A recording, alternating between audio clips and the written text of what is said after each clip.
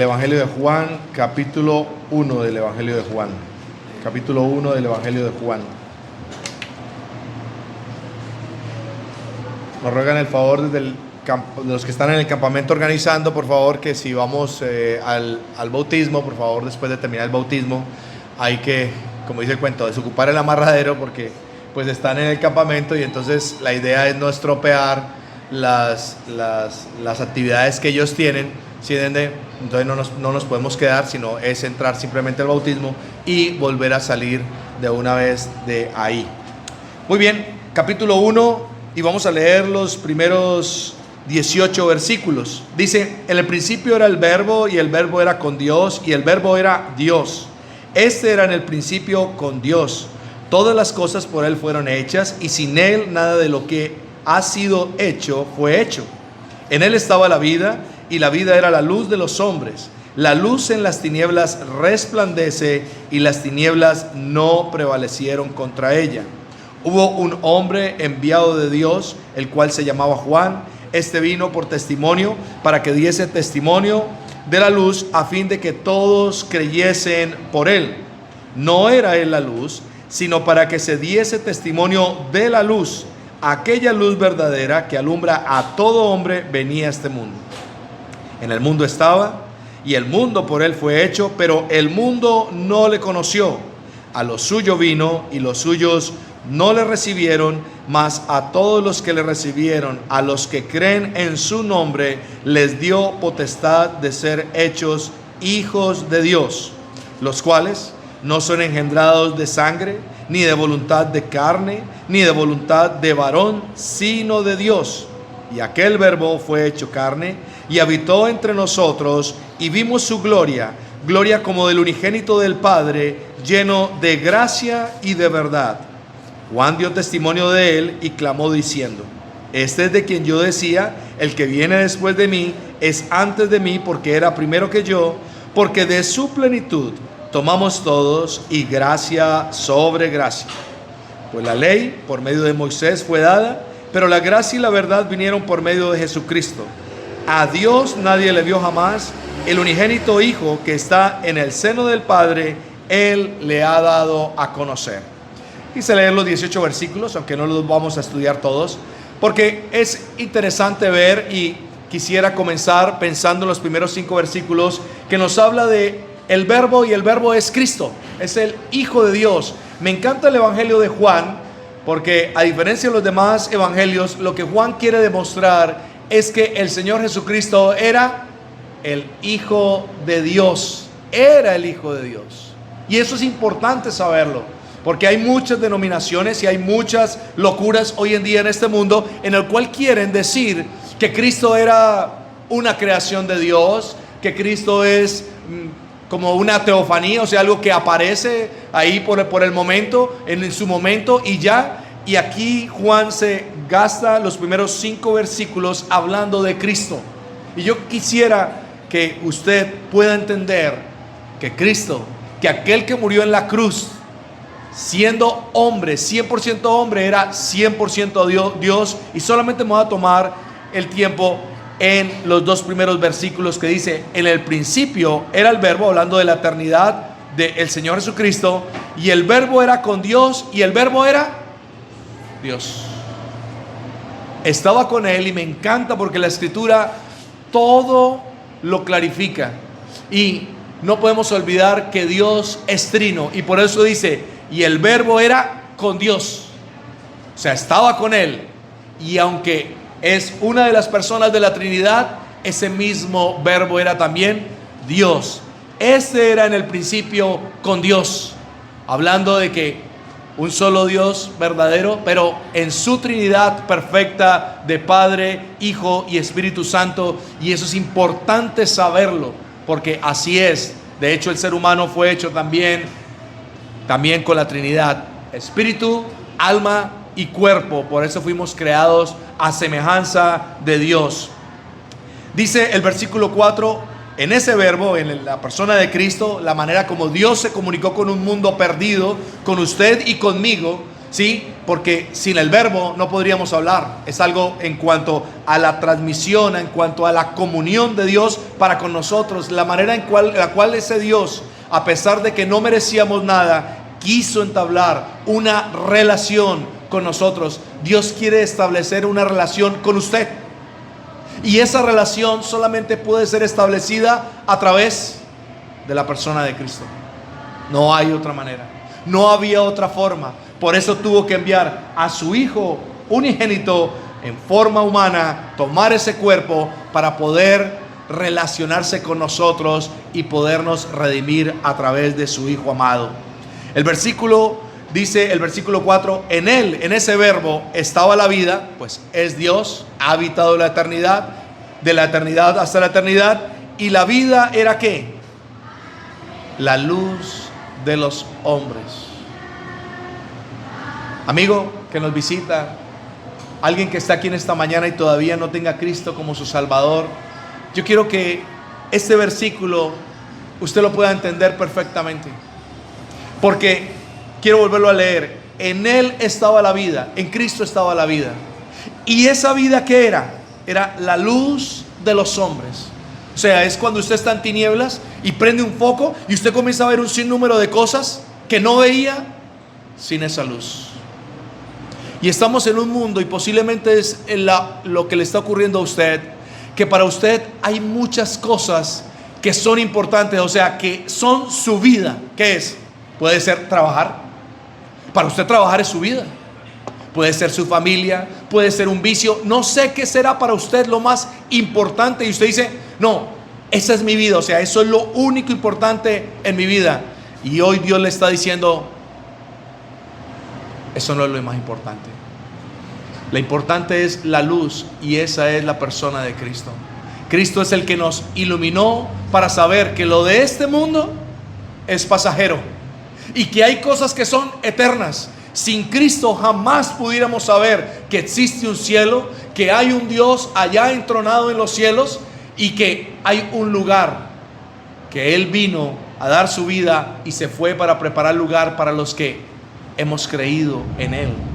Y nos mostró que la importancia no es como el mundo es: tener fama, ser bonito, ser la persona más fuerte, ser la persona, el mejor cantante del mundo, ser el mejor actor, Y el mundo está lleno de eso, y así nos lleva a nosotros, tratándonos de decir que eso es lo único importante. Y nos dice que la vida realmente es poder usted contemplar la luz admirable de la persona de Cristo, y así poder usted contemplar al Dios que creó su vida, su cuerpo, y creó toda la creación.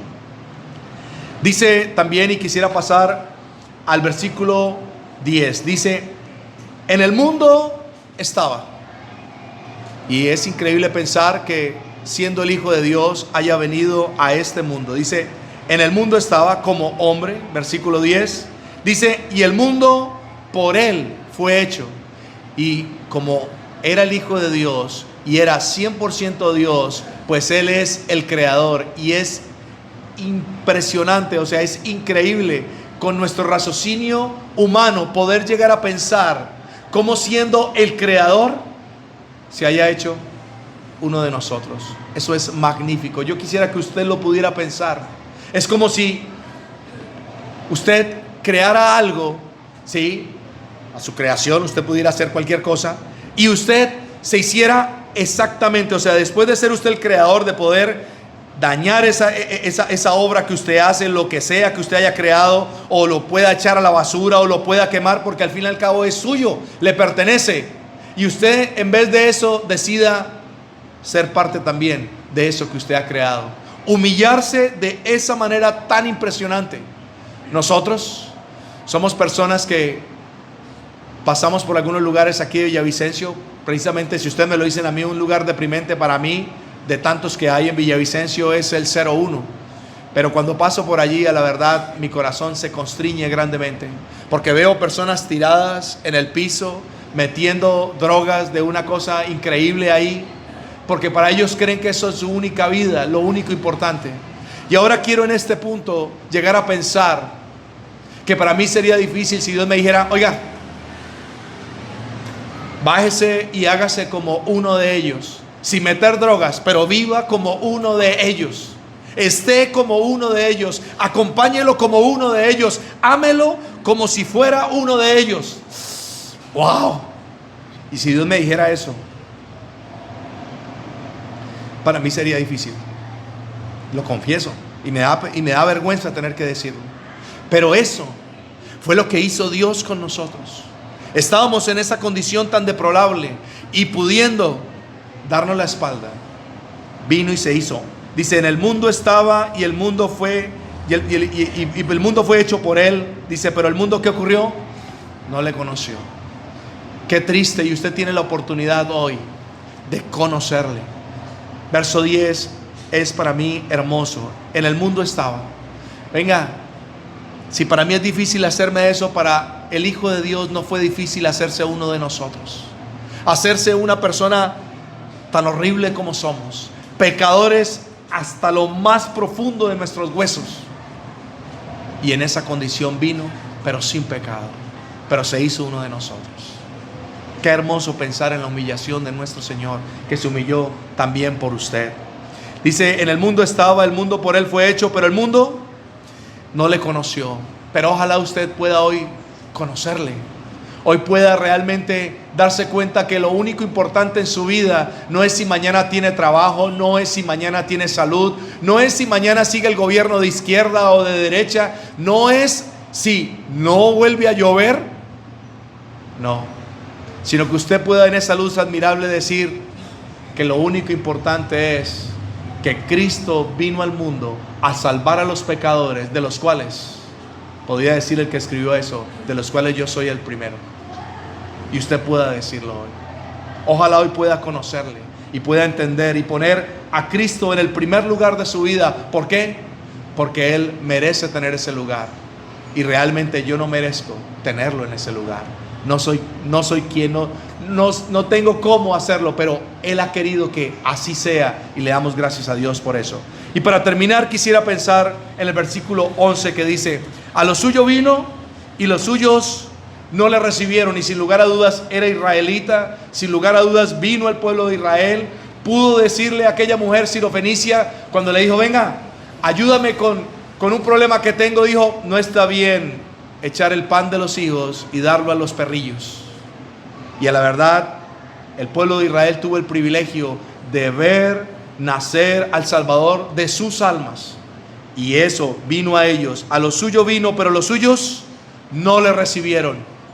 Y el versículo 12 dice, mas a todos los que le recibieron, ahí está contado usted. Hoy puede. Tremendo sería leer ese versículo 11 y decir que solamente vino para el pueblo de Israel y que nadie que fuera israelita podría ser salvo. Y aquí estaríamos nosotros, no estaríamos aquí en este lugar. Estaríamos perdidos en nuestros delitos y pecados.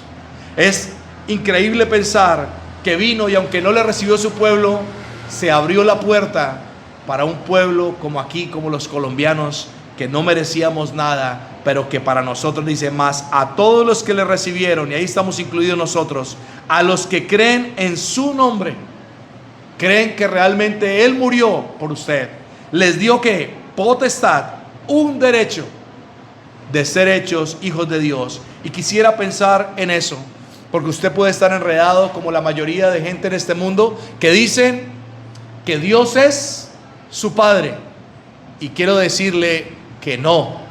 ¿Por qué? Porque si Dios fuera su Padre, no habría necesidad de creer en Cristo y decir este versículo que nos da el derecho de ser hechos hijos de Dios. ¿Qué quiere decir? Que de ahí para atrás no éramos hechos hijos de Dios, sino la Escritura dice y declara que éramos hijos de ira, lo mismo que los demás, igual que todos.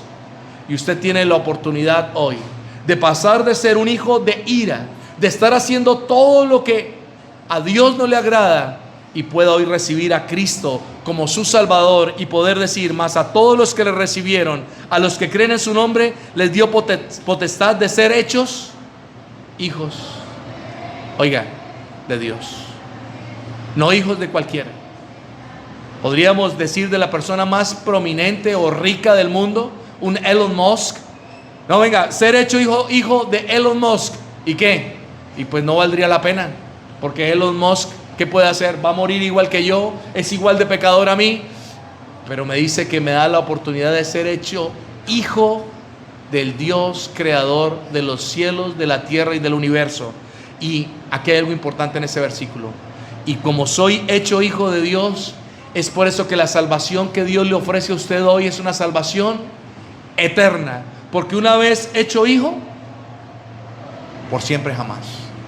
Tengo un hijo muy lejos, varón, en Australia, y aunque está así de lejos y yo estoy aquí en Colombia, él es mi hijo. ¿Y hasta cuándo será mi hijo? Por siempre. Por eso la salvación no se puede perder, que es otra perversidad que hay en el medio cristiano, hablando de que la salvación se pierde. No, lógicamente, si usted nunca recibió a Cristo como su único y verdadero Salvador, pues usted no perdió nada. ¿Por qué? Porque nunca tuvo nada. Pero si usted cree hoy de todo corazón que Cristo murió por usted, que es lo único importante en su vida, que Él se humilló por usted, se hizo un hombre como usted y yo para salvarnos, usted hoy tiene la oportunidad de ser hecho hijos de Dios. Y termino con este en el 13: los cuales no son engendrados, o sea, no son hechos. Esos hijos no son hechos ¿cómo? Dice, los cuales no son engendrados de voluntad, de carne. Dice que no son, los cuales no son engendrados de voluntad de carne, perdón, los cuales no son engendrados de sangre. O sea, no es porque usted haya nacido en un hogar cristiano que sanguíneamente, mi hijo es Daniel Gallo. ¿Por qué? Porque nació de Jairo Gallo. Pero espiritualmente no es así. Usted puede ser de una familia muy buena persona, puede ser de la familia más distinguida, puede ser lo que sea, pero la salvación no es sanguínea. Es por creer, no es por consanguinidad, no es porque sus padres son creyentes y usted por ende ya es creyente. No, no es de voluntad de sangre, ni de voluntad, como dice ahí, de carne. Y eso cuánto me gustaría. Yo a veces le digo a Dios cuánto me gustaría, porque conozco personas que lo único que les hace falta es lo más importante. Tienen todo, son buenas personas, son honestos, son muy queridos, realmente los aprecio. Pero ¿sabe qué? No tienen nada con todo lo que tienen, porque sin Cristo no tienen absolutamente nada. No es de voluntad de carne, yo no lo puedo hacer salvo. Porque si fuera así, uy, ¿a cuántas personas haría salvas? Me la pasaría salvando personas. Pero resulta que no es por voluntad mía. Yo no puedo hacer salvo a nadie. No puedo ponerle las manos y decirle, ya como puse mis manos sobre usted, usted es salvo. No, porque tiene que ser usted. Es personal la salvación. Le dice, no es de voluntad de sangre, no es de voluntad de carne, ni de voluntad de varón. No es porque realmente usted quiera hacerlo, que es lo que ocurre con muchas denominaciones que se van a pagar una promesa, se van de rodillas, se pegan atrás. Usted puede hacer lo que quiera, puede vender todos sus bienes y entregarlos, pero si usted no ha creído en Cristo, usted se va a perder por una eternidad. No es porque usted lo quiera, sino termina diciendo, y con esto acabamos, sino es algo que Dios nos dio. En pocas palabras, ¿qué es lo único que podemos hacer? Creer en el Hijo de Dios como aquel que Él entregó en propiciación por los pecados de todos nosotros, suyos y míos. No hay otra manera, no hay otro nombre bajo el cual podamos ser salvos, solamente bajo el nombre de la persona del Hijo de Dios. Ojalá usted pueda hoy recibir a Cristo como su Salvador y pueda conocerle, y no pueda seguir como el resto del mundo. A lo suyo vino y los suyos no le recibieron. En el mundo estaba y por el mundo, por él fue hecho, pero el mundo no le conoció. Ojalá usted pueda decir hoy, hey, ya le conozco. ¿Por qué? Porque le he recibido como único y verdadero Salvador.